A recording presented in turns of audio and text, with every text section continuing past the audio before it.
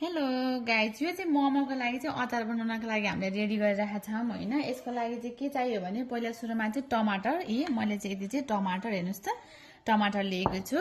यसमा चाहिन्छ तिलको अचारमा तिल लिएको छु। यसमा चाहिन्छ आलस हाल्दा नि मिठो हुन्छ। अनि यहाँ बदाम राखेको छु। यो बदाम चाहिँ भुट्न बाँकी छ, भुटेर राख्नुपर्छ होइन। अनि स्वाद अनुसार हजुरले धनिया अनि डल्ले खोर्सानी एकदम मनपर्छ हामीलाई चाहिँ डल्ले खोर्सानी। अनि यसमा राखिन्छ अलिकति लसुन काटेर राखेको मैले चाहिँ यति होइन, लसुन। अनि स्वाद अनुसार हजुरले नुन र बेसार राख्न सक्नुहुन्छ है त। यसरी चाहिँ बदाम मैले यसरी भुट्न पर्छ होइन। यसरी भुटेको छ है बदाम।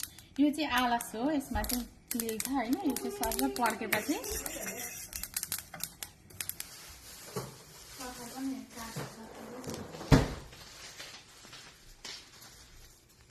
यसरी सिलौटोमा चाहिँ मजाले हजुरहरूले पिस्न सक्नुहुन्छ।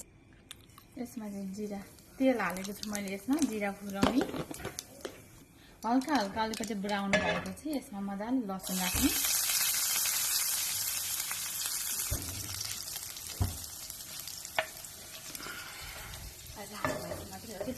हल्का लसुन चाहिँ यति ब्राउन हुनुपर्छ। यति ब्राउन भएपछि हजुरहरूले चाहिँ मजाले यसरी टमाटरले बनाइदिन सक्नुहुन्छ है त। यसमा चाहिँ मैले स्वाद अनुसार नुन अनि यसमा चाहिँ बेसार हालेर मजाले चलाएर यसरी मजाले चलाएर चाहिँ ल हाम्रो मोमोको अचार चाहिँ रेडी भयो है त। हेर्नुहोस् त, यस्तो लुक्स आयो, फाइनल लुक्स। वाउ, ल हेर्नुहोस् त मोमोको अचार कस्तो दामी भयो। ल मोमोको अचार दामी।